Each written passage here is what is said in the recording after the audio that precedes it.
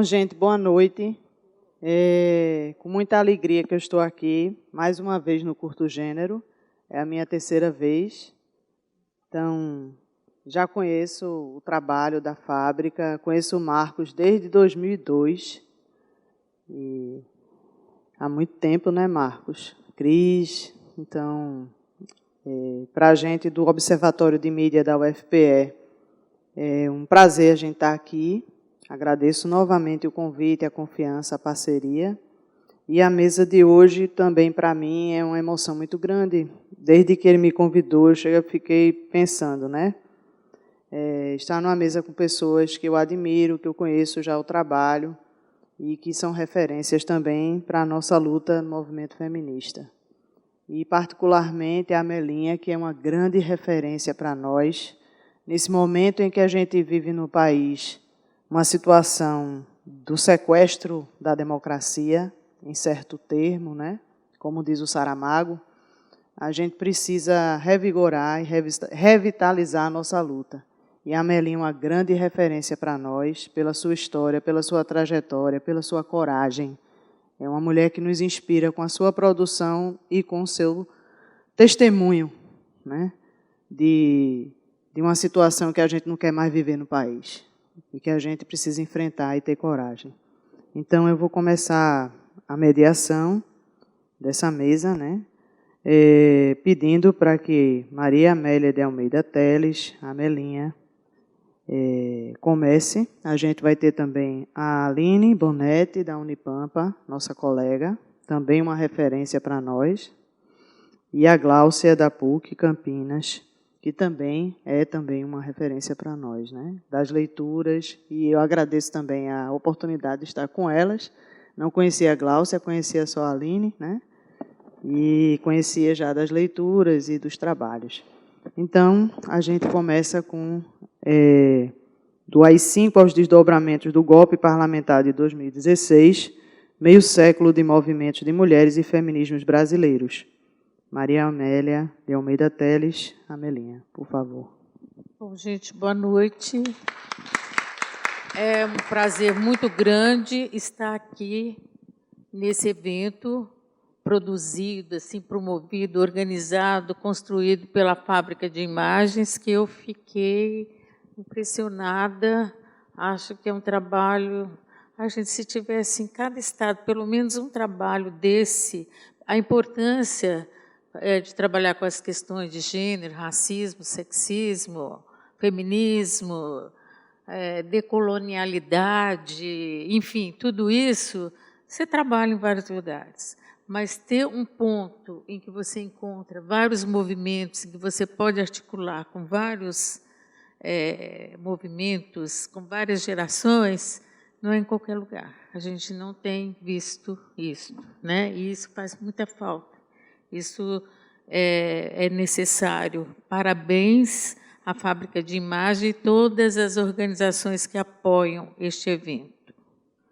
E tratar do assunto. Nesse momento, acho que a Ana Veloso já colocou bem, é um momento sombrio da nossa história. É um momento sombrio, um momento difícil, é um momento a gente tem que encarar, temos que enfrentar, esse é o maior desafio, mas é um momento, eu que vivi.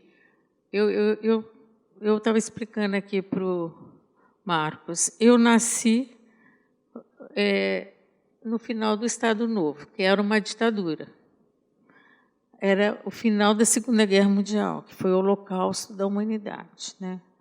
Eu vivi poucos momentos de democracia, porque logo veio 1964 e veio a ditadura militar. É uma ditadura que ficou de 1964 a 1985. 21 anos. Foi, talvez, da região tenha sido a mais longa ditadura. Quando nós vivemos um momento de, digamos assim, um momento, eu não sei como é que dá o nome, mas é de construção da democracia. Pelo menos nós fomos à luta com muito entusiasmo, com muita vontade de mudar essa sociedade, transformar, trazer justiça social, democracia, liberdade.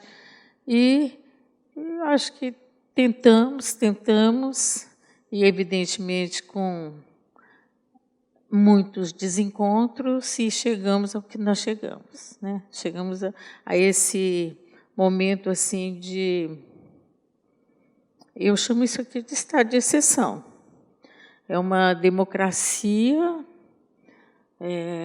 formal, tenta-se fazer uma democracia formal, mas nem chega a respeitar a formalidade democrática, né? E tenta-se manter uma certa, digamos assim, uma certa aparência democrática, mas o que nós estamos vendo é um desrespeito, uma violação de direitos, e nós, mulheres feministas, nós estamos perdendo direitos o tempo todo, né? E não é só nós, na verdade, toda a população brasileira, né? A grande maioria da população brasileira. Então, é um momento assim importante da gente tentar organizar essa mesa, digamos assim, ter uma fala nessa mesa, porque só o nome, né, do AI-5, eu tenho que explicar um pouquinho o que é AI-5. Alguém sabe aqui o que é AI-5? Alguém sabe? Você sabe? Olha, parabéns. Porque o ato institucional número 5, né, se deu em 1968, no dia 3 de dezembro de 1968. Esse ato institucional número 5, ele, como eu falei, a ditadura é 64, o golpe militar, ele vem em 1964 e já vem com repressão. Ditadura só pode governar com repressão, não tem como. É sem diálogo, prisão, repressão quer dizer prisão, sequestro, tortura, assassinato, não tem outra forma. Não pode deixar a oposição criar corpo, ter essa condição de articular. Aí, 1968 é um ano, né, porque nós estamos falando de várias datas aqui, né? Aqui, se você for ver os desdobramentos, nós vamos falar de o que é 1968. É um ano de muita rebeldia no mundo inteiro, um ano que a juventude, os movimentos se levantam de uma forma totalmente inovadora. Foi assim, novidade, né, digamos, para a humanidade, pelo menos. E não foi só para o mundo ocidental, né, que teve lá no mundo oriental também, essas manifestações, revolução cultural, revolução sexual, deu vários nomes para isso, né? Eu acho que nós aqui no Brasil também nós fizemos, né? Na nossa juventude, nós enfrentamos o tabu da virgindade, né? Nós mulheres, nós começamos a discutir a liberdade sexual, inclusive o prazer de fazer sexo, o direito ao orgasmo. Eu acho que em 68 a gente começa a se descobrir, né? Descobrir o nosso corpo ali em 1968. E é interessante que dentro desse movimento todo, nesse movimento cultural, eu queria lembrar aqui que tem um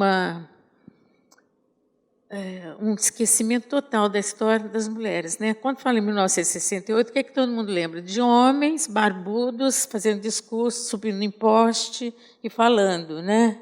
E correndo, e, enfim, se apresentando. Os grandes líderes de 1968 são os homens.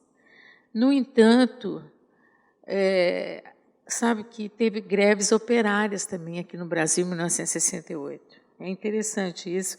E teve as principais, foi em Osasco, uma, que é aqui no estado de São Paulo, perto de São Paulo mesmo, é a Grande São Paulo.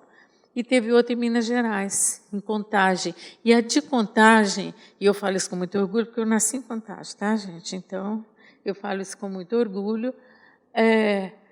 Foi uma mulher que liderou. Alguém fala isso? Da Conceição Imaculada de Oliveira, que eu faço questão de falar aqui dessa mulher.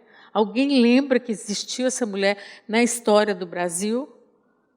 Que provavelmente está viva, deve ter por volta da minha idade, deve estar aí não sei aonde, eu só sei que foi uma mulher que liderou essa greve, e várias mulheres organizaram essa greve das mais diversas formas, inclusive professoras. As professoras davam aula para operários metalúrgicos de outras empresas e falavam com eles como podia fazer essa greve. Fazia isso tudo clandestinamente, quer dizer, na aparência de que eu estou dando aula. O professor é altamente subversivo, né? Quem é professor sabe disso, porque você pode subverter muita coisa dentro de uma sala de aula, por mais que eles controlem, por mais que eles fiquem, né, por aí. Não é à toa que toda ditadura, todo golpe vai em cima de quê? Da universidade, da educação, da escola, né? Porque ditadura e educação não combinam, né? Tem jeito de combinar, porque a educação é o contrário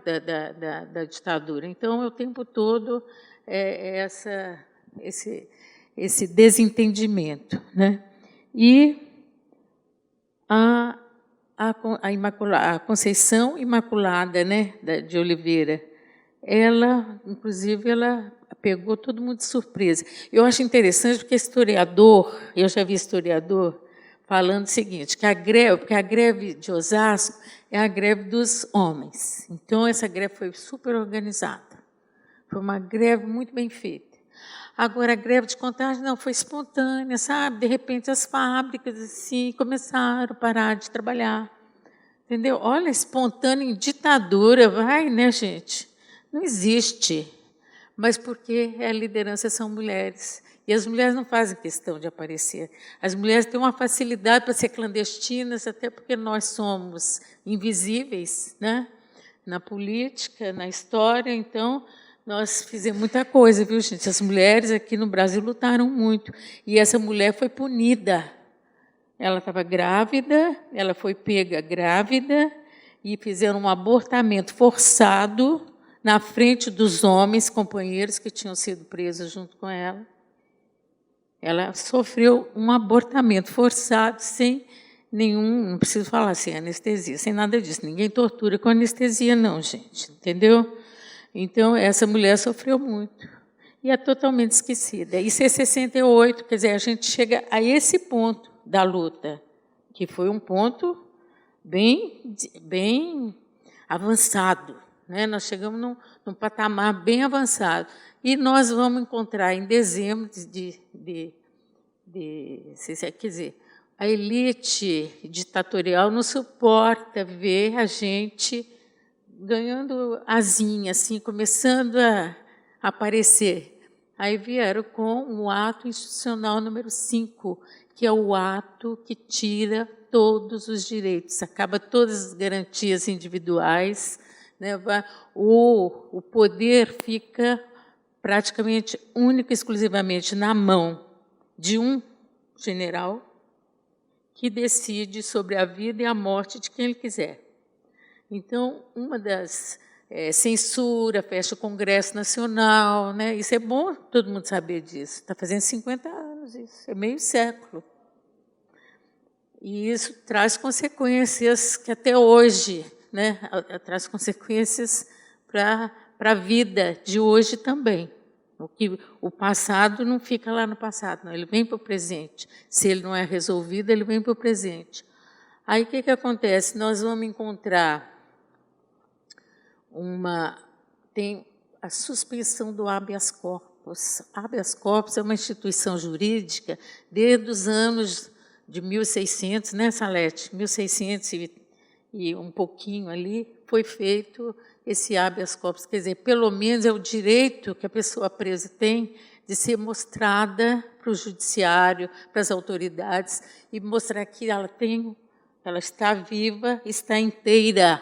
Isso aí foi suspenso. Eu acho que, nesse momento, nós vamos, principalmente os corpos femininos, vão se transformar em territórios dessa guerra suja que foi a ditadura militar.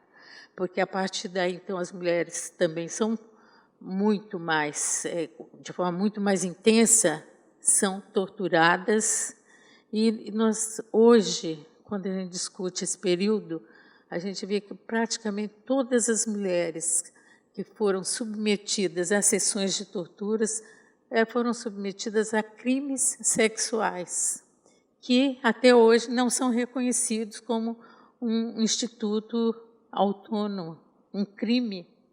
Não é a tortura e o crime sexual, mais o crime sexual. Então, as mulheres que foram assassinadas em tortura, praticamente todas essas mulheres foram estupradas antes, e da forma mais absurda, mais perversa, mais cruel, mais brutal que vocês possam imaginar. Eu não vou entrar nesses detalhes, mas se depois alguém quiser saber, eu só fazer a pergunta. Eu não vou entrar nos detalhes, mas foi uma coisa cruel. Bom, nós fomos assim, muito participantes. Todos os dados que a gente pega aí, desse tempo da ditadura, é assim. Tem vários dados dispersos, mas tem pesquisas. No Brasil Nunca Mais, que é um projeto que vai estudar esse período do ponto de vista do processo judicial, só que ali ele vai mostrar 12% são mulheres, nós somos 12%. Nos relatórios do Estado-Maior do Exército, vai mostrar quem está nos quartéis aqui no Brasil. Tem cidade como Rio de Janeiro, são 26% são mulheres que estão presas nos quartéis. Quer dizer, são mulheres que estão participando da luta, por isso que foram presas. Então, a nossa participação é bem expressiva, visto hoje, que hoje nós somos, no Executivo, por exemplo, nós somos ausentes, nós estamos ausentes. Então, foi uma participação grande. Nós rompemos com os estereótipos que são impostos às mulheres. Nós rompemos. Quer dizer, quantas mulheres eram mães, mas também eram guerrilheiras, eram mães, mas estavam vivendo na clandestinidade, muitas vezes longe dos seus filhos. As mulheres foram pegar em armas, que não era fácil, não era fácil. Homem faz serviço militar, tem que fazer aquele serviço militar. Mulher não, então ela vai fazer um trabalho muito mais intenso para chegar a ter condições de entrar na luta armada. E isso os militares não suportaram. Tem um dos torturadores que quase falou a verdade na Comissão da Verdade, que foi o coronel Paulo Malhães, do Exército. Ele falou quase a verdade, eu digo, porque um mês depois ele foi assassinado, porque os militares que participaram daquele processo, eles têm um pacto que eles não podem falar. Então, ele deve ter falado quase a verdade, porque ele foi assassinado. Ele dizia assim, o pavor que ele tinha de ficar interrogando as mulheres. Aliás, ele fala mulheres e aquilo que hoje vocês chamam de homossexuais, porque, na verdade, eles chamavam de viado, de bicha e outras coisas mais. Então, eles tinham pavor, porque falavam assim, eles e elas são muito, como é que falam? São muito fiéis àquela luta. Elas não entregam. É isso que ele dizia. Bom, nós vamos, a partir disso aí, eu acho que tem um marco nessa história, que é 1975, que é o Ano Internacional da Mulher, que ainda está sob ditadura, mas a ONU declara o Ano Internacional da Mulher, e acho que muitas de nós, feministas embrionárias, assim, nós estamos começando a tentar ser feminista, conhecer o movimento, conhecer, não, formar, nós tínhamos que ter A gente inventou tudo. O que é ser feminista foi uma invenção nossa, porque a gente não tinha modelo, não tinha referência, não tinha nem documento escrito, gente. Esse negócio de documento escrito, quando vinha, eu lembro que veio um papel para nós, xerografado, porque você não enxergava nada, vinha em espanhol, nunca em português, porque vinha do exterior, e era, como é que era? O trabalho doméstico, o trabalho invisível, da Isabel Largui. Eu estou lembrando agora um dos, que a gente tentava ler aos pedaços. Então, nós inventamos. Nós fizemos a imprensa feminista, eu fui do jornal Brasil Mulher, mas nós fizemos a imprensa feminista, eu acho que a partir dessa discussão, em 1975 ainda é ditadura. Eu falei para vocês que a ditadura vai até 1985, pelo menos a ditadura militar, porque depois vai entrar um presidente que não foi eleito pelo povo, né? Mas nós vamos... É um ano tão difícil, 1975, que quando sai o nosso jornalzinho, Brasil Mulher, é no mês de outubro, quando Vladimir Herzog, que era um jornalista da TV Cultura, do Estado de São Paulo, é assassinado dentro do DOI-CODE, dentro do aparato repressivo, porque ele foi acusado de comunista. Então, para vocês terem uma ideia, qual o clima que nós fomos criando, construindo esse feminismo. Foi um clima muito difícil. Agora, nós vamos passar por várias datas ainda, mas eu quero dizer o seguinte, a nossa preocupação principal era a luta de classes. Nós tínhamos assim, uma formação marxista, porque eu me lembro assim, que a gente se reunia aos domingos, olha só, domingo, que todo mundo vai passear, nós estamos lá reunidas dentro de uma sala pequenininha, eram 30 mulheres. E essas mulheres todas tinham sido presas políticas de alguma organização de esquerda, né? E todo mundo tinha essa mesma preocupação de se voltar para a mulher trabalhadora. Vocês podem ver o nosso jornal todinho falando da mulher trabalhadora. A gente até fala das mulheres negras sem ter uma consciência antirracista, não era uma coisa com tantas possibilidades como hoje. Hoje você tem uma condição de ter uma consciência antirracista muito mais. Não vou dizer que as feministas todas têm, mas hoje você tem condições, tem um debate, mas naquela época não. Também não tinha problema intergeracional, porque nós éramos toda a mesma idade, nós estávamos todas vivendo a mesma situação, né? Quer dizer, em 1984 teve um movimento enorme, antes de cair a ditadura, que foi o movimento pelas diretas já, que teve uma mobilização enorme. A gente, eu nunca vi tanta gente na rua como eu vi em 1984. E nós, feministas, nós somos com direitos e diretas. Para nós, diretas, tinha que ter direitos. Então, essa luta pela igualdade de direitos, essa luta por políticas públicas, ela se acentuou na década de 80. A gente já se expressava dessa forma. E 88, gente, é o ano, né, que foi feita a Constituição Federal. 30 anos, nós estamos falando de 30 anos da Constituição Federal, e ela é um marco na história do feminismo no Brasil, porque pela primeira vez nós tivemos igualdade jurídica entre mulheres e homens, embora com as exceções que estão aí colocadas na sociedade, né, que a questão do aborto não foi explicitada, mas pelo menos não foi criminalizada como eles queriam. Tinham esses fundamentalistas de hoje, esses extrema-direita de hoje, tinha lá também, né, em 88.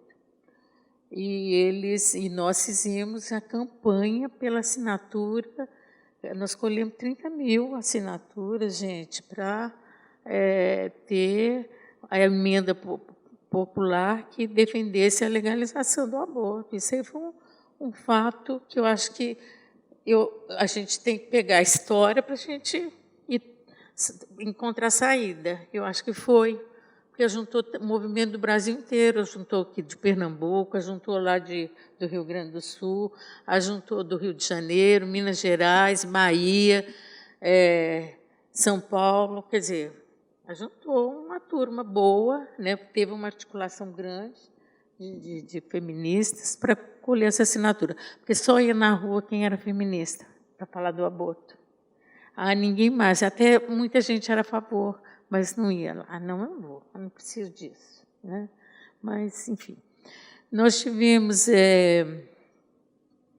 com esse momento, eu acho que, lembrando aqui, que os anos 90, a década de 90, eu acho que foi uma década de muita dificuldade, viu, no nosso movimento.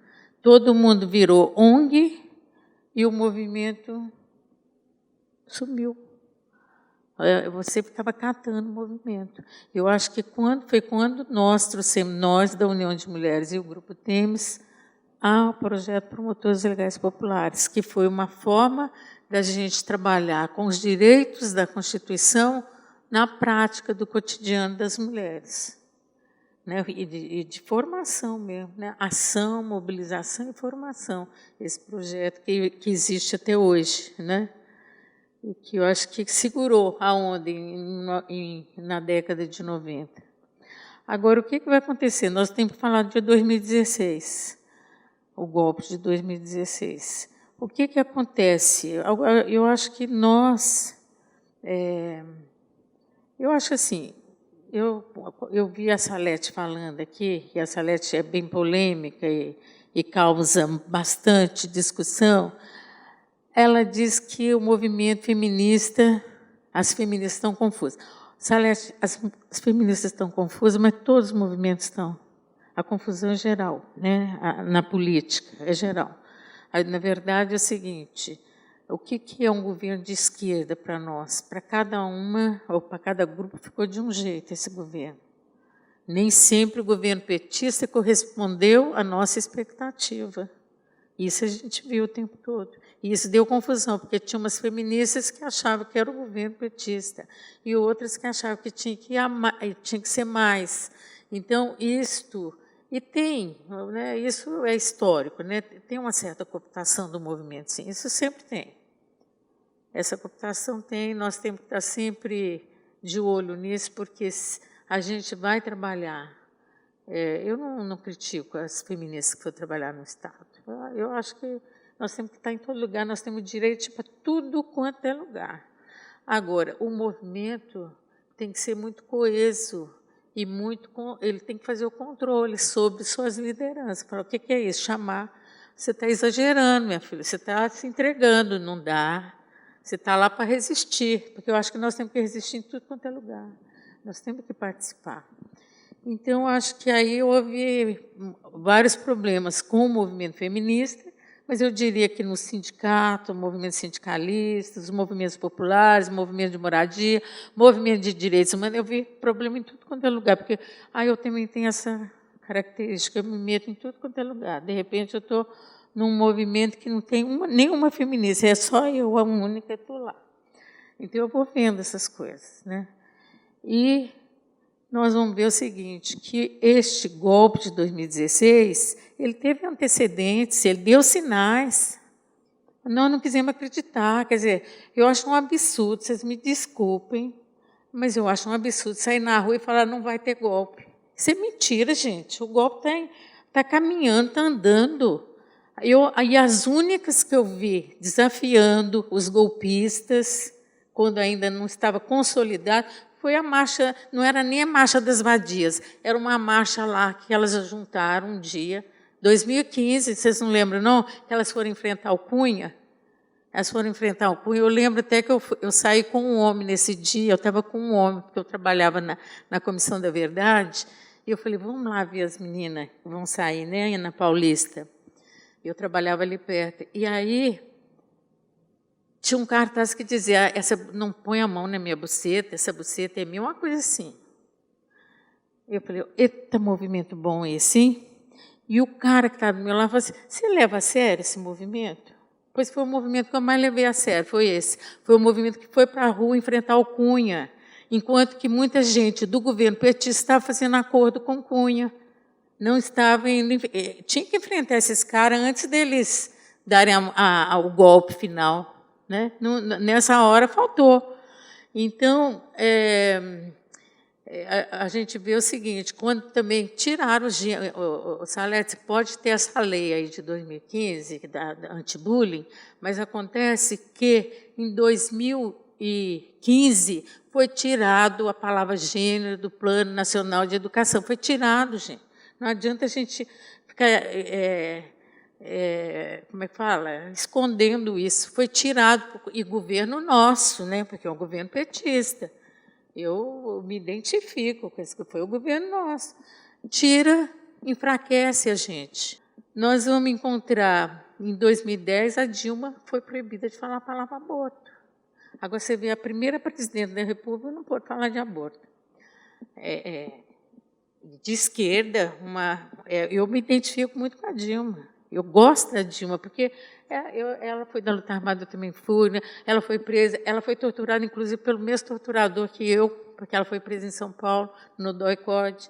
Então, eu tenho muita identidade, mas calma lá. Vamos falar de aborto, precisamos falar, é um assunto nosso, né? Seja como presidenta, seja como senadora, seja como for. Agora, 2011 foi a cassação do kit anti-homofobia. Como é que chama isso? Cassação não, Como é que chama, gente? Não é cassação, hein? Recolhimento. Não, recolher o material, impediram que fosse distribuído nas escolas. Vocês não lembram do kit anti-homofobia? Veio com a história da Rede Cegonha, que aquilo ali também foi de amargar. A Rede Cegonha, que é a Rosângela, que nós discutimos tanto, que foi uma vergonha, foi um retrocesso. Nós estamos lutando pela saúde integral das mulheres e ela vem com o discurso da saúde materno-infantil, um discurso já estava superado, né? Até no período mesmo da ditadura, no final da ditadura. Então, quer dizer, foi um retrocesso. A gente vai vendo isto e não consegue dizer, chega, é limite. Eu acho que o limite maior aí que eu vi, quer dizer, aí tem várias histórias aí que eu poderia contar, mas 2016, 17 de abril, o golpe acontece. Como? Tem uma plenária da Câmara de Deputados. Aí vamos votar se vai ter o processo, se vai abrir o processo de impeachment, chamado impeachment, porque o golpe aqui veio tão sofisticado que veio com o nome de impeachment. Como tem essa palavra, ou tem essa ideia na Constituição, então ficou legal, né? É legal, está na Constituição. Calma lá, tem condições para estar, não é assim. Aí, um certo deputado federal, o que ele falou? Ele ficou, hora de votar pelo processo, né? Ele vota sim, pela abertura do processo, e ele diz que faz isso em memória de Carlos Alberto Brilhante Ustra, o pavor de Dilma Rousseff. Carlos Alberto Brilhante Ustra foi o torturador da Dilma e foi torturador meu e da minha família. A família Teles entrou com processo contra Carlos Alberto Brilhante Ustra e ganhamos na primeira instância, na segunda instância, na terceira instância. É uma sentença transitada em julgado. Olha só que não teve um parlamentar para protestar naquela hora. Tinha vários parlamentares de esquerda ali. Ou é falta de consciência, ou perdeu, como é que fala? Perdeu a gente tem que estar sempre alerta, gente, que os fascistas estão sempre querendo chegar, tomar o poder, tomar conta do espaço. Quer dizer, e nós não protestamos, eu acho que ali consolidou-se o golpe. Dali para frente foi só golpe e golpe e golpe. E nós estamos vivendo esse golpe, e eu acho o seguinte, que nós temos, sim, que fazer muito trabalho. E eu sou uma basista, né? Tem gente que me chama de basista. Eu sempre trabalhei com base, vou continuar, e eu acho que tem que continuar. E assim, é olho no olho, sabe? Com afeto, com amizade, porque nós temos que recuperar a confiança em nós mesmas. Que houve uma perda de confiança, houve uma quebra de confiança dentro dos próprios movimentos, gente. Muito forte. Nós temos que recuperar. Quer dizer, nós temos que utilizar muito a internet, e ótimo que a gente utilize, mas o abraço, o olho no olho, a internet não dá, e nós precisamos disso. Por isso que eu achei muito importante ter esse encontro, viu, Marcos, e toda a turma aqui da fábrica de imagem, que nós precisamos de olhar umas nas outras, abraçar umas às outras, entendeu? Solidariedade, amizade, para a gente adquirir confiança, porque quando a gente tem confiança em nós mesmas, nós vamos à luta, nós vamos enfrentar isso aí, e nós vamos sair dessa, nós vamos encontrar a saída, entendeu? Então, é mais ou menos isso, por eu não me estender muito, tá, gente? Obrigada.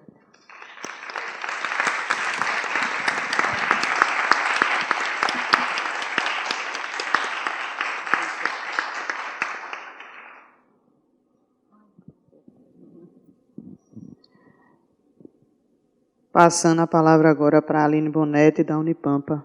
Por favor, Aline. Boa tarde, ou boa noite, já não sei mais o horário. A todas e a todos. Bom, depois de ouvir a Melinha, fica difícil de falar, né? É uma referência importante para nós. Com várias referências aqui. Eu quero começar registrando meu agradecimento ao Marcos, então, à Cristiane e a toda a equipe da Fábrica de Imagens, né, pelo convite, pela viabilização da minha participação nessa edição, né, do Curto Gênero, transpondo essa distância, né, de 4.500 quilômetros de onde eu estou morando agora, né, e registrar minha alegria de estar aqui partilhando essa mesa com a Melinha, que é uma super referência, enfim, com a Ana, né, que fazia tempo que a gente não se encontrava, e com Glaucia, que estamos nos conhecendo hoje, né. Bom, eu escrevi algumas coisas para eu não me perder muito na fala, no tempo, né? E para contribuir com essa reflexão sobre esse meio século de movimento de mulheres e feminismos, na conjuntura em que a gente está vivendo, eu trouxe alguns dados de uma pesquisa que eu realizei sobre a presença do feminismo na universidade, mais especificamente, problematizando a emergência da antropologia feminista no Brasil, né? Por conta da minha formação como antropóloga. E eu penso que o feminismo acadêmico tem sido, ao longo dessas 5 décadas, né, um significativo espaço de resistência, de produção e de reprodução desse campo multifacetado da política feminista, né? E também um grande promotor, enfim, de transformações sociais, né? Como eu aprendi com a epistemologia feminista, eu gostaria de situar um pouco o meu lugar de fala e o olhar que atravessou essa pesquisa, né? Bom, eu não me tornei antropóloga, feminista, enfim, investi na compreensão das combinações de gênero e poder, na produção de desigualdades, que são os meus temas de pesquisa, por acaso, né? Eu nasci no início da década de 70, na fronteira oeste do Rio Grande do Sul com a Argentina, numa região marcada pelo ethos, enfim, oriundo dos latifúndios agropecuários, né? E da presença marcante de 4 quartéis na pequena cidade de Uruguaiana, né? Ao longo da minha infância, então, como estudante de escolas públicas locais, eu cresci testemunhando manifestações patrióticas num contexto de aparente normalidade, né? Apenas com uma nota dissonante de um certo temor difuso, de uma autoridade sem rosto, mas sempre onipresente, né? Eu cresci vendo meus pais esforçarem-se imenso, então, para o sustento da casa e da família de forma equânime. Ambos funcionários públicos estaduais, minha mãe professora de ensino fundamental e meu pai veterinário, eu aprendi com eles o valor do trabalho, e com especial ênfase da minha mãe, e profundo investimento de meu pai, de ser independente, né? Apesar de vivermos numa cidade pequena, não chega a 130 mil habitantes hoje, e aparentemente homogênea à época, os universos de trabalho dos meus pais me possibilitavam acesso a outros mundos, né? E me mostravam, mais do que a heterogeneidade, a profunda desigualdade vigente naquela pequena cidade do interior gaúcho. Ela me possibilitou conviver com crianças da mesma idade que eu, mas com vidas e oportunidades bem distintas. Era professora de uma escola pública na periferia da cidade. Ele, veterinário, então, me aproximou daqueles que, expulsos do campo, pela ilusão de melhores oportunidades na cidade, passaram a compor a periferia urbana, e que, em meio à privação material, criavam 1 ou 2 animais para a subsistência da família, mantendo alguns dos hábitos legados da vida no campo. Eu fui desde cedo e de forma intuitiva estranhando as diferenças com que, de um lado, os mundos femininos e masculinos, e de outro, o dos donos das terras e dos seus empregados eram constituídos. Por estímulo e esforço paterno, quem também me incentivou no mundo das letras e dos livros, eu fui estudar na capital, Porto Alegre, no início dos anos 90. E na Universidade Federal do Rio Grande do Sul, um novo mundo se abriu para mim. Foi ali que eu tive contato com o campo de estudos feministas e de gênero, enfim, e passei a desenvolver um interesse científico e político sobre a problemática feminista, né? de que esse campo se ocupa. Logo no início da graduação, então, eu tive a oportunidade de trabalhar em vários projetos de pesquisa sobre temas que envolviam mulheres e cidadania. O projeto de promotoras legais populares eu conheci assim. Foi um período de intenso aprendizado e transformação pessoal-profissional. Eu aprendi na prática sobre relações de poder, gênero, sexualidade, arranjos familiares e condições de classe. E, nesse contexto todo, a presença de professoras, de pesquisadoras feministas foi marca fundamental na construção tanto da minha identidade profissional quanto pessoal. E por elas, enfim, em função delas, que eu fiz essa pesquisa e que, enfim, essa fala busca homenagear, né? Então, ao longo da minha formação, eu investi na compreensão, né, pesquisando as distintas facetas do campo político feminista. E, em 2012, então, eu construí esse projeto sobre feminismo acadêmico, antropologia feminista e suas linhagens, né? Trânsitos e deslocamentos entre militância e produção de conhecimento no Brasil entre as décadas de 70 e 2010. Ele acaba se confundindo e caracterizando um pouco as mobilizações feministas do período. Surge no contexto de implantação e expansão dos cursos de pós-graduação em ciências sociais no Brasil nos anos 70. Né? Mas a presença dessas pesquisadoras, enfim, né, interessadas por esses temas no campo, né, no meio acadêmico, não foi tranquilo, né? Sua vida de pesquisadora, suas vidas de pesquisadora não foram tranquilas, né? Num levantamento sobre essa produção científica sobre a mulher entre 75 e 84, a Albertina Costa, a Carmen Barroso e a Cíntia Sarti, então pesquisadores da Fundação Carlos Chagas, em São Paulo, buscam definir um pouco os contornos desse feminismo acadêmico, né? Elas sustentam, então, que em fins da década de 70 ele começa a se constituir e apontam os anos de 75 e 78 como aquele momento em que ele, de fato, se origina, né? Marcado pelo esforço em conferir visibilidade à experiência feminina e ao desvendamento da opressão. E é importante destacar que, segundo elas, as pesquisadoras que foram pioneiras nesse campo, né, a quem a gente deve bastante hoje, né, por estar aqui, viviam sobre aquilo que elas definem como um fogo cruzado.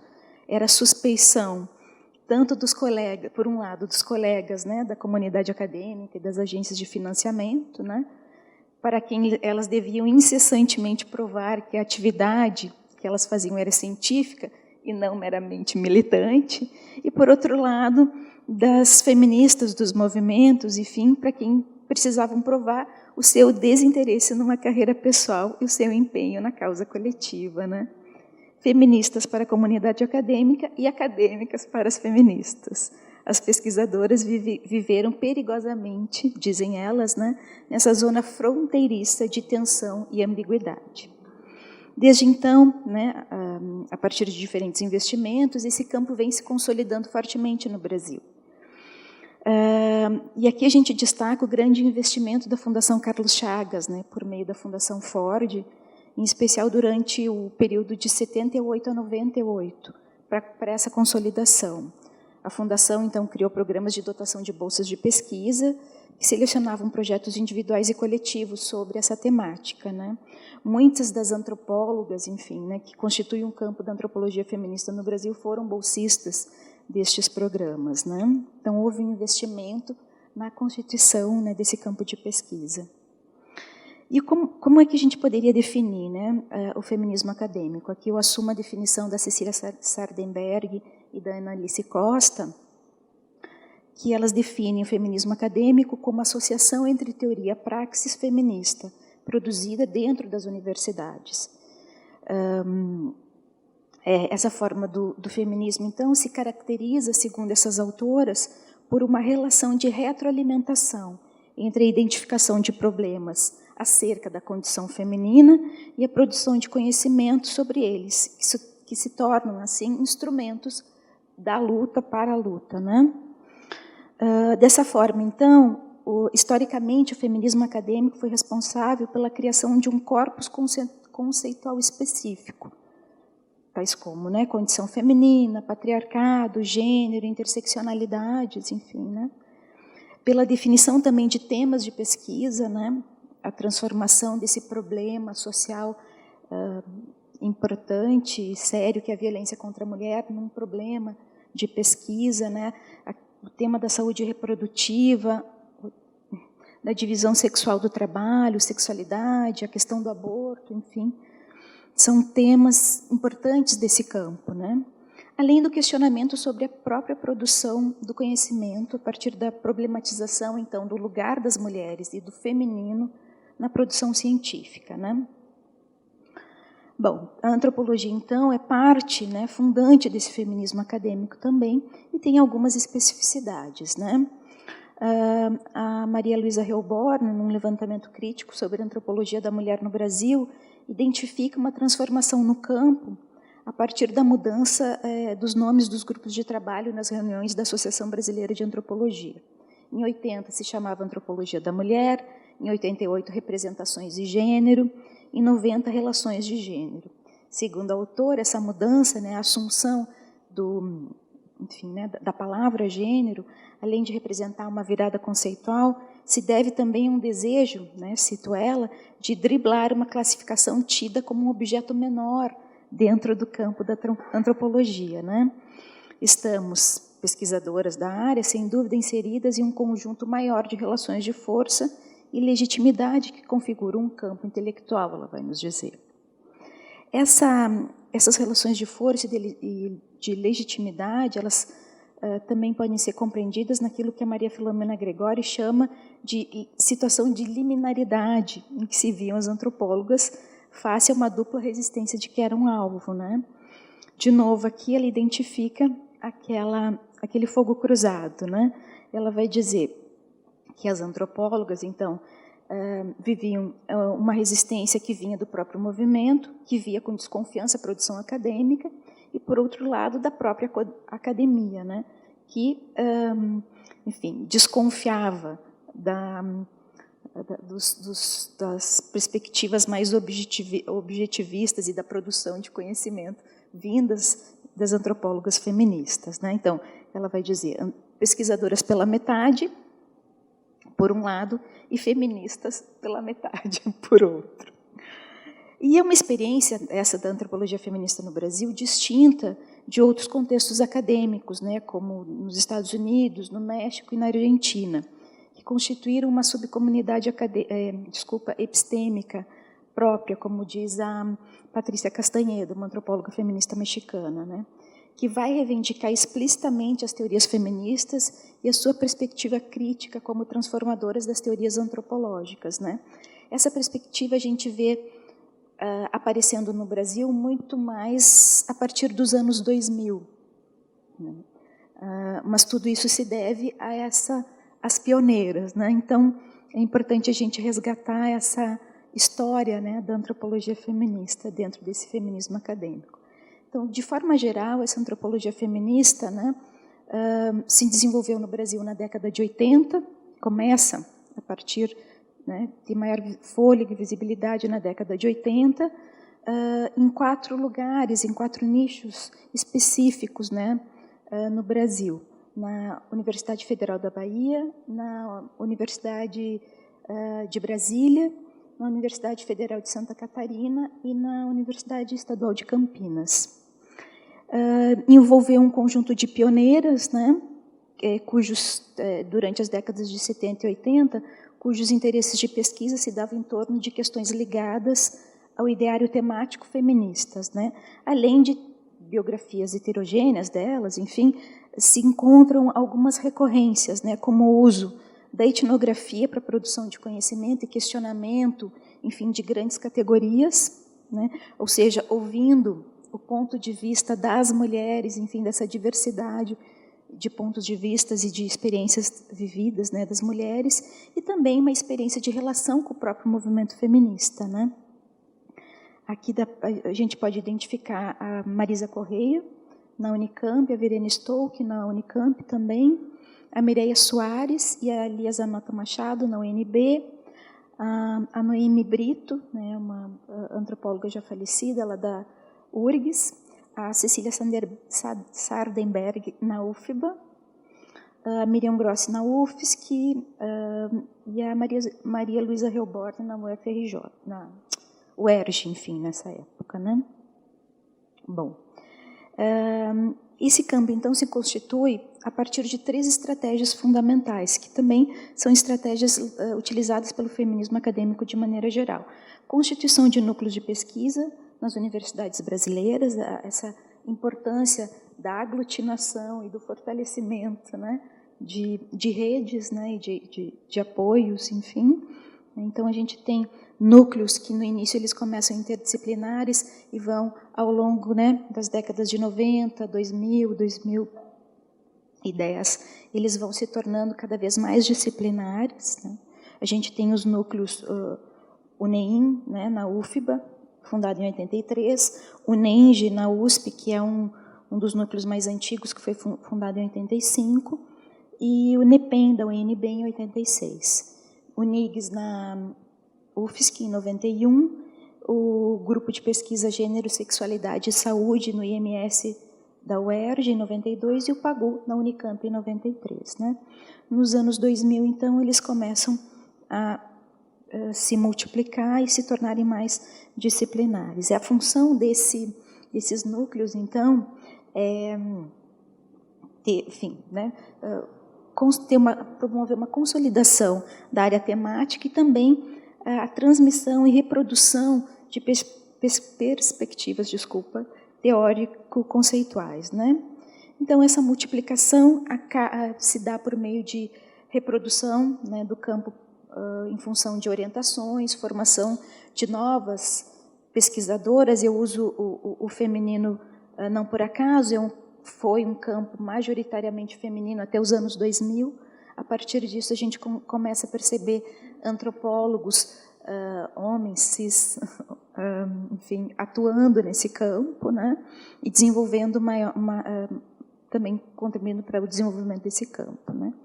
Uma outra estratégia, então, além, né, da reunião em núcleos, da multiplicação, se dá na divulgação das pesquisas produzidas, né, a participação em eventos científicos e publicações. E aqui a gente tem uma série de espaços em que essas pesquisas foram apresentadas, né, com especial ênfase, é importante a gente destacar, na Rede Feminista Norte-Nordeste de Estudos e Pesquisa sobre a Mulher, né, sobre a mulher e relações de gênero, no Seminário Internacional Fazendo Gênero e nos encontros da Rede Brasileira de Estudos e Pesquisas Feministas, né? São importantes espaços de divulgação e de consolidação desse campo, né? As publicações, então, no primeiro momento, né, os cadernos de pesquisa da Fundação Carlos Chagas cumprem um papel fundamental para essa divulgação, as coletâneas da própria Fundação, e mais para os anos 90, a criação de periódicos feministas, né, como a revista Estudos Feministas, em 92, e os cadernos PAGU, em 93, né, além da criação da coleção Baianas, pelo NEIM, na UFBA, em 97. Bom, lembrando, então, que a antropologia, como uma ciência social, ela vai se inserir, então, citando a Marisa Peirano, em um quadro geral em que conhecimento e comprometimento político estão unidos em uma configuração única. Na constituição da antropologia no Brasil, segundo a Marisa Peirano, prevaleceu a exigência do rigor teórico combinado à força moral que define a ciência social como comprometida e transformadora, sobretudo em relação, né, toda a trajetória da antropologia, da etnologia brasileira, no que diz respeito às populações indígenas, né? Bom, e é, portanto, imbuída desse espírito que a antropologia feminista brasileira se institui, utilizando-se, então, da categoria feminista gênero como uma ferramenta política e motor para a transformação, assinalando as relações de poder em que implica, produzindo conhecimento comprometido com a transformação das estruturas sociais desiguais, reunindo, então, teoria e praxis no exercício da alteridade. Bom, aqui eu me vejo, então, para finalizar, de volta ao início dessa minha conversa, né? Em 2014, após 25 anos andando pelo Brasil, eu retornei a viver lá no meu Velho Oeste, né? Pouca coisa mudou nesse período. As mesmas oligarquias se revezam no poder local, um Estado muito ausente em suas políticas públicas, as desigualdades cada vez mais profundas, os quartéis continuam lá disseminando seus valores patrióticos.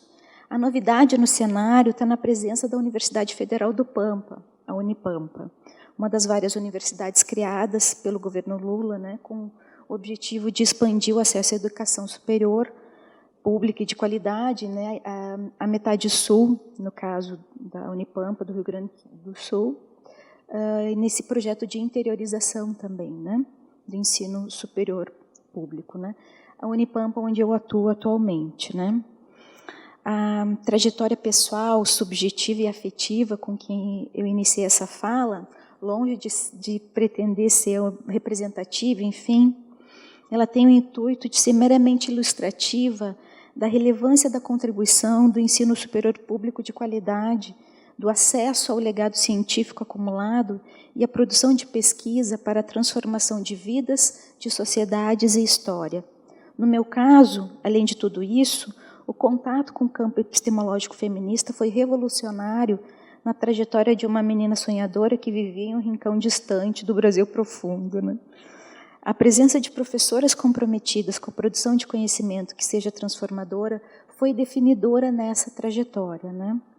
Assim, inspirada por esses exemplos, eu partilho da reflexão da Mônica Tarducci, uma antropóloga feminista argentina, sobre o significado de ser uma professora antropóloga feminista no contexto atual, lá no Velho Oeste, né? Que baliza minha atuação e meu comprometimento com as minhas e os meus estudantes de lá, né? Uma professora feminista, ela vai dizer, é alguém que trata de superar a tensão entre a militância anti-intelectual e o academicismo sem conexão com a vida. Uma professora feminista, como eu a concebo, é alguém que questiona a neutralidade do conhecimento e que acredita firmemente que este é construído socialmente e que é inescapável e fundamental compreender como gênero, classe, raça, sexualidade, entre outros eixos, afetam essa construção. Grata pela atenção de vocês.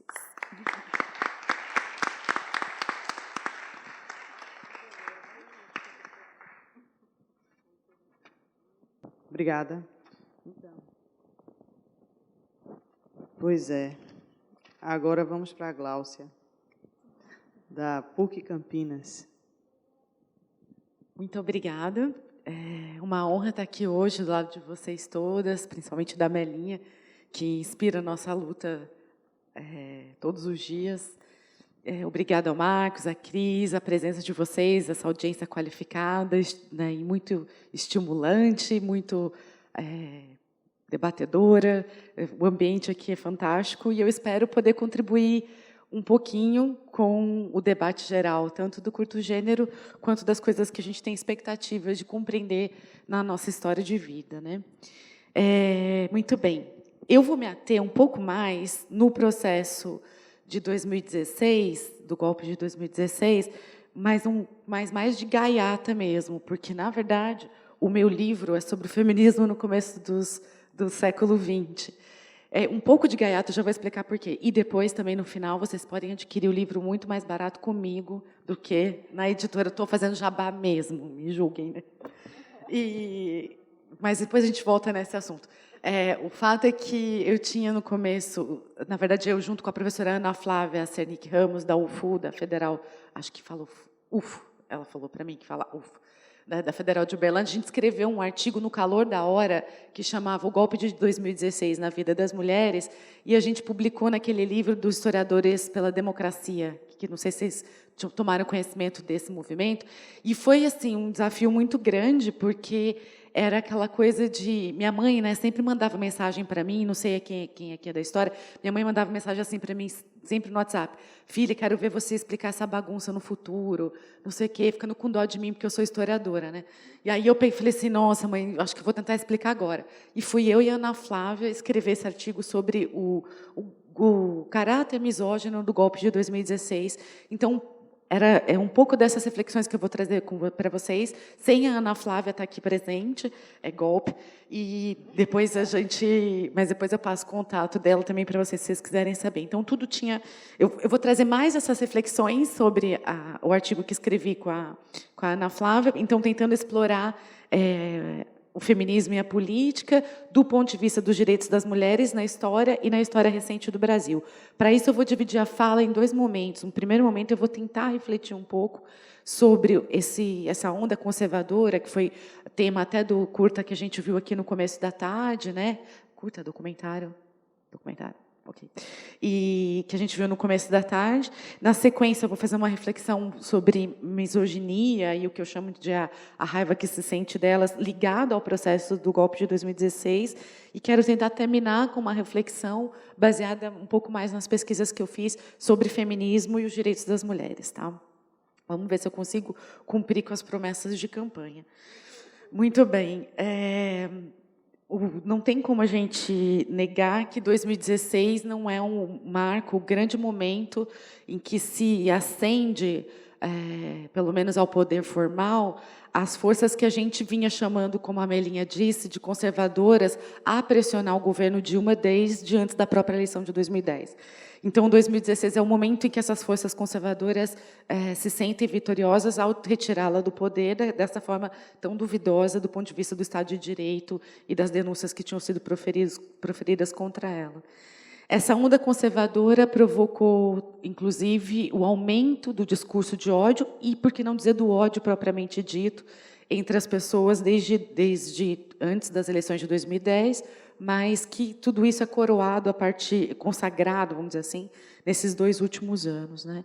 E que continua aparecendo na TV com uma força muito grande.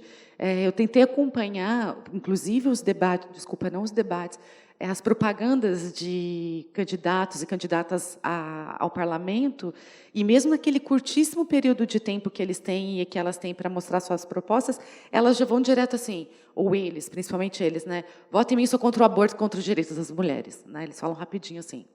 Eu vou falar devagar, prometo agora. Votem em mim, que eu sou contra o aborto. E aí você fica pensando como que isso se consagrou como um indicador, né, o identificador, na verdade, de quem é partidário ou não dessa onda conservadora e que pratica esse discurso de ódio e o ódio propriamente dito, né? Mas o que é esse ódio, né, que caracteriza essa onda conservadora? É justamente a banalização daquilo que é humano, praticado e defendido especialmente por quem deveria proteger e zelar pela própria vida das pessoas. Esses grupos propõem, por exemplo, que o Estado seja governado pelo ódio, né? E o Estado, a gente não pode esquecer, é a quem nós entregamos o monopólio da violência, mas, mais que isso, é a quem nós entregamos o governo de nós mesmas e de nós mesmos, né? Então, não é do ódio, né, ou da onda conservadora até a tomada do poder, esses grupos começam a defender, a desenvolver uma tese, uma noção de que a democracia é a própria abominação. A democracia deve ser abominada, é abominável, né? Porque esses grupos tratam, de fato, na verdade, eles querem fazer da lei divina o único fundamento da organização em sociedade. Por isso que a gente, naquele mesmo vídeo, a gente viu uma análise sobre o fundamentalismo. E é justamente essa proposta que a onda conservadora que pratica o discurso de ódio tem em mente, de transformar a lei divina como o único fundamento da organização em comunidade. A gente viu na fala da Rosângela muito bem o quanto que a diferença de uma perspectiva religiosa sobre a vida não fundamentalista, da ideia de que todo mundo deve ter o direito a professar suas próprias crenças e essa não ser a única dimensão da nossa organização social, não ser o único elo, né, que nos une.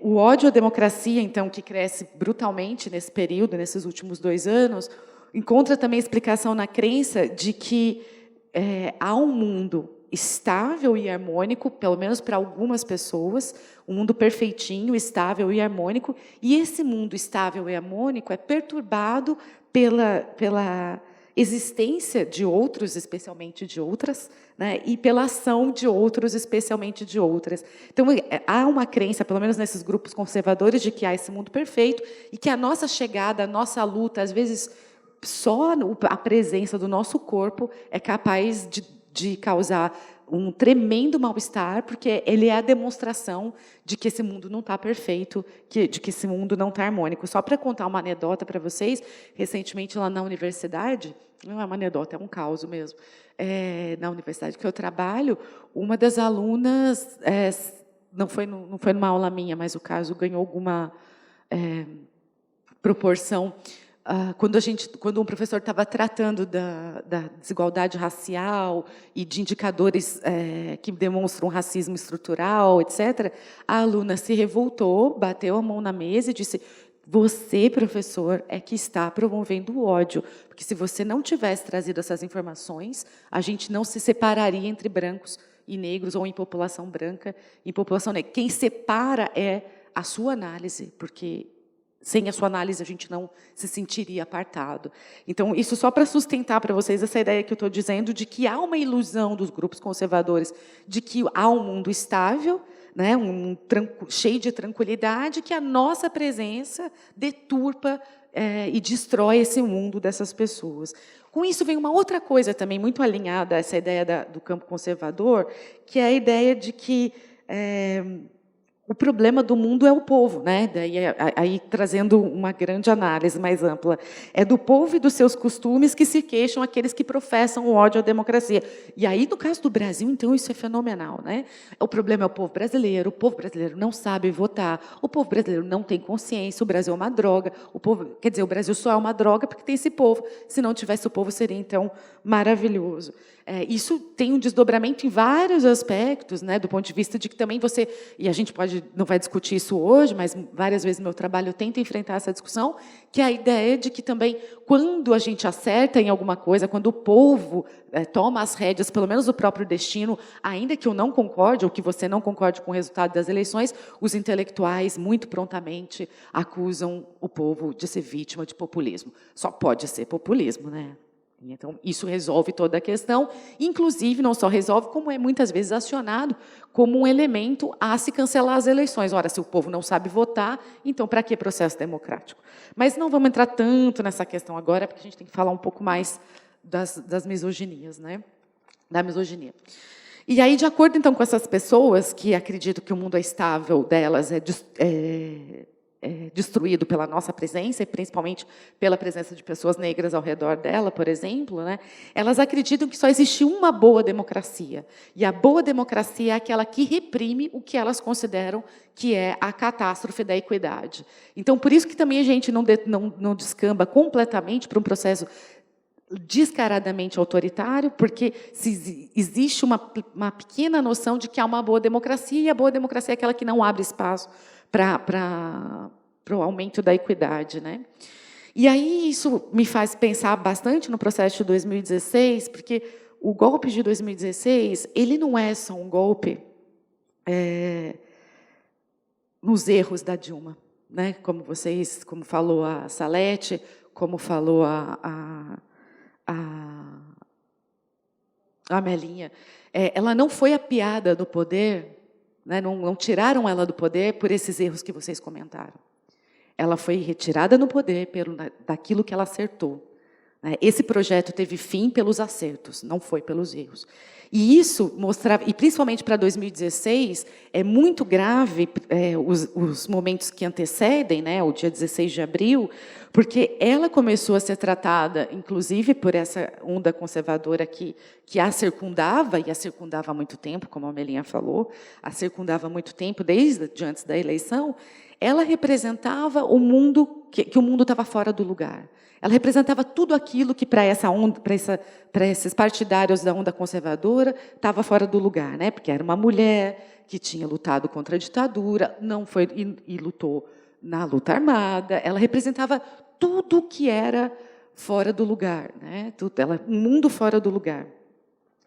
E até minha mãe falava assim, minha mãe leu a biografia dela, eu não li não, mas coitada da minha mãe, vou colocar tudo nas costas dela. Minha mãe falou, você viu que ela sabe montar arma, não sei o quê? Eu falei, mãe, não fala mais isso, porque se você falar, daí vai ser motivo para mais um golpe nela, né? Mesmo que ela não esteja mais no poder.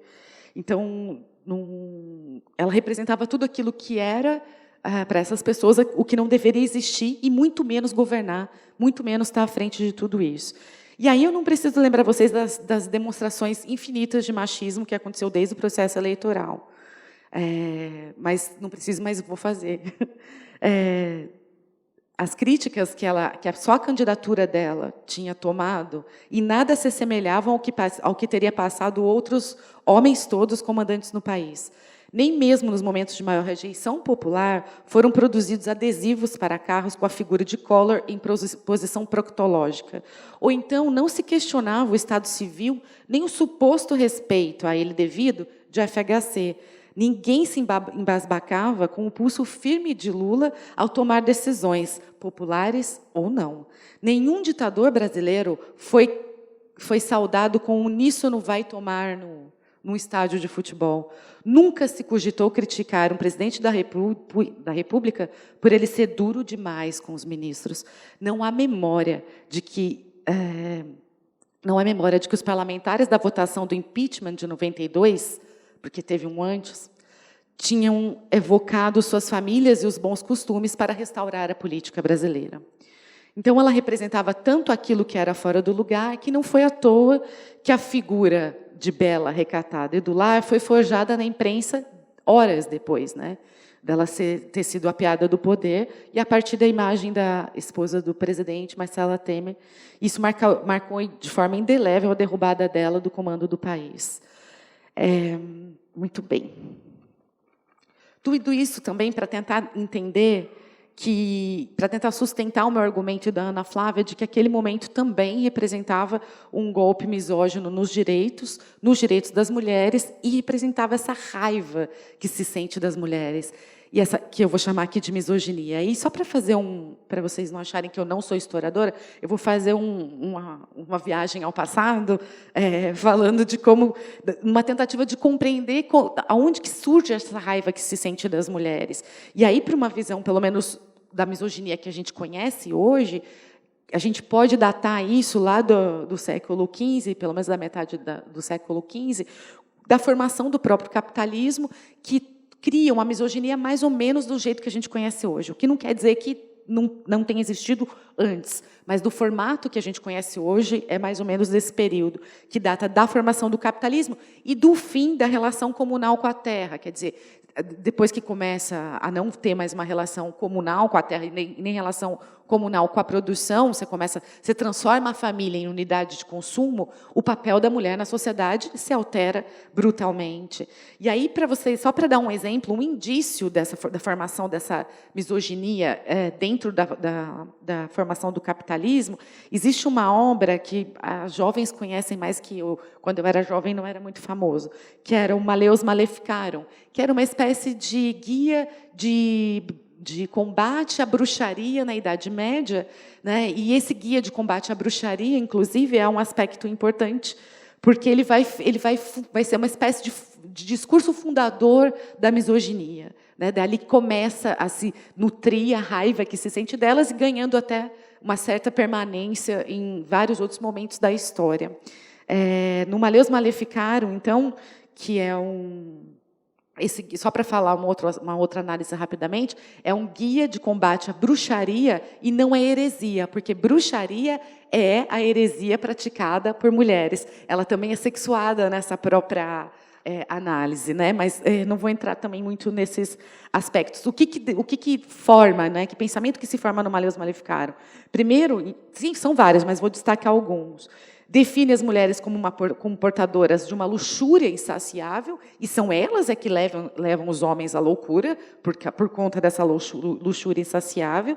Define as mulheres como biologicamente fracas, esse argumento vocês convivem com mais frequência até, e transforma a interpretação do parto como uma atividade misteriosa. Quer dizer, o parto, que era compartilhado nessa vida comunal com quem tinha conhecimento sobre o corpo da mulher, ou seja, outras mulheres, passa a ser tratado como algo misterioso e que não pode mais ser conversado entre mulheres, porque só de conversar entre mulheres aquilo já vira bruxaria e é passível de punição. Então, para que as mulheres não arruinassem moralmente ou financeiramente os homens, passa-se a controlar e a exorcizar a sexualidade das mulheres muito mais de perto, para dar conta desse novo sistema de produção, essa nova forma de produzir riqueza. E aí a gente pode dizer que, a partir de então, para a mulher, o corpo se torna aquilo que a fábrica é para os homens, né?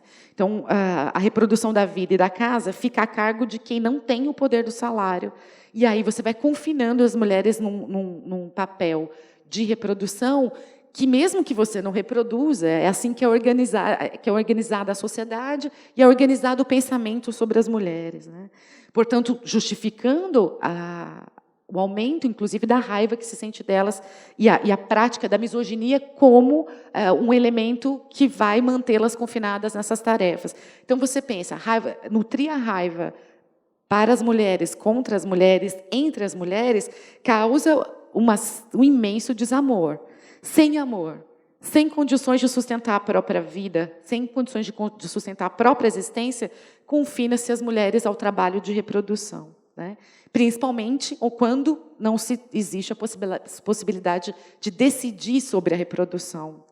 E aí, então, a gente pode dizer que a forma de gerar riqueza estimula a violência contra as mulheres e faz com que seja necessário acionar a raiva que se sente delas o tempo todo para domesticar o corpo e para mantê-las domesticadas.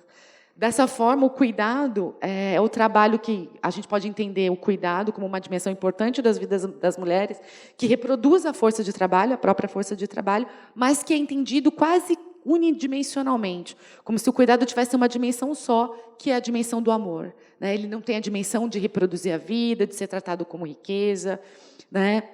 Mas como é que eu vou juntar essas coisas agora para fazer sentido? Como que a formação de uma onda conservadora, um golpe que se diz misógino e a prática da misoginia se relaciona com o feminismo? Se relaciona no seguinte sentido: se a gente diz que o golpe, o fim da democracia e a redução dos direitos afetam principalmente as mulheres, a gente está dizendo isso e vai entender melhor, inclusive, sob o ponto de vista dos cuidados.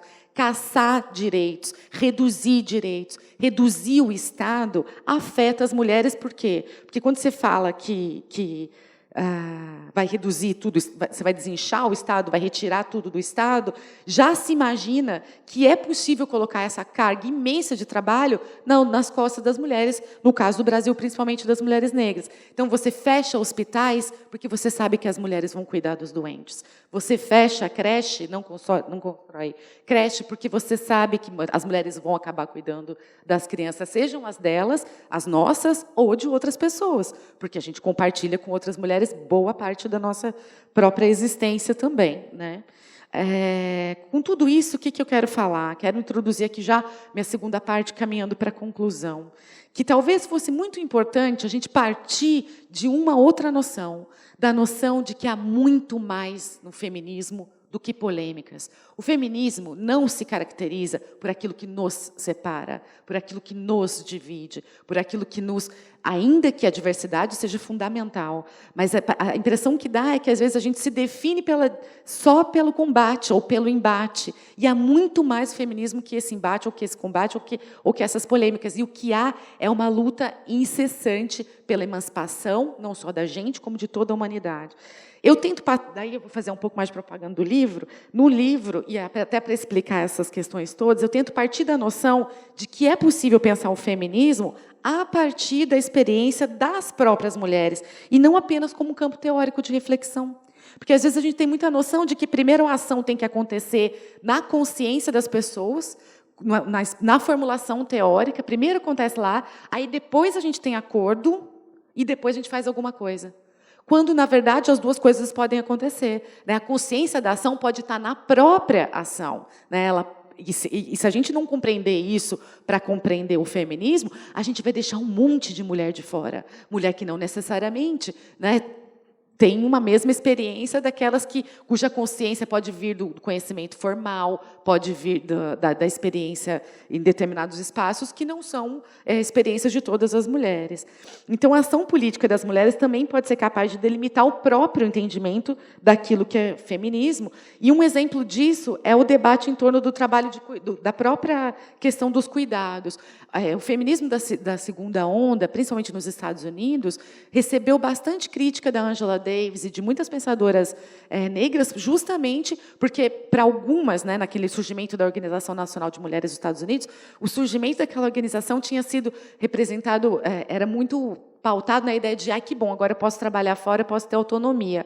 Quando quem ficava em casa trabalhando eram aquelas mulheres que recebiam bem menos e sequer tinham os mesmos direitos que essas mulheres. Então, não fosse Angela Davis e as demais apontar, mulheres negras principalmente, como é o Brasil, mas não fosse Angela Davis apontar justamente essa contradição, né, a gente não teria garantido a transformação de várias coisas. E o que a Angela Davis fala no livro dela, no Raça e Classe, é um pouco mais do que ir... Às vezes a gente conhece mais o livro daquele debate que acontece justamente entre as feministas brancas e as feministas negras. Mas, se a gente continua até o final do livro, a gente vai ver uma coisa impressionante que ela fala sobre como se organizam as famílias nos Estados Unidos, e ela diz bem claramente, comandar a família nos Estados Unidos, para as mulheres negras, para as mulheres, e principalmente para as mulheres, não é sinônimo de empoderamento ou de matriarcado.